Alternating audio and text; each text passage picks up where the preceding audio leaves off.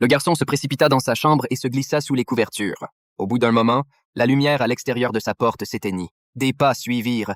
Avant que Jack ne puisse réagir, la poignée de la porte bougea soudainement. Mais Jack avait verrouillé la porte de l'intérieur, elle ne pouvait donc pas être ouverte de l'extérieur. La chose à la porte semblait en colère. Même la lumière vacilla à ce moment-là. C'est précisément à cause de cela que Jack ne dormit pas de la nuit. Le lendemain, Jack fut appelé au bureau par le professeur parce qu'il s'était endormi en classe. À l'intérieur, l'enseignante voulait en parler à la mère de Jack, mais n'obtenait aucune réponse quand elle appelait. Elle a donc appelé la sœur de Jack, Wendy. Wendy vivait seule dans un appartement loué et ne connaissait donc pas la véritable raison pour laquelle Jack dormait en classe. Elle a alors renvoyé Jack chez sa mère. Comme sa mère souffrait de dépression depuis longtemps, Wendy a demandé à Jack si sa mère voyait quelqu'un. En entendant cela, Jack a prononcé un nom, Jenny. Wendy s'est figée en l'entendant. Elle comprit enfin pourquoi son frère dormait en classe, car elle avait fait de nombreux cauchemars à propos de Jenny Haffen d'empêcher son frère d'avoir peur. Wendy décida de le laisser vivre avec elle. Alors que Jack faisait ses valises, la porte à côté de lui s'ouvrit soudainement.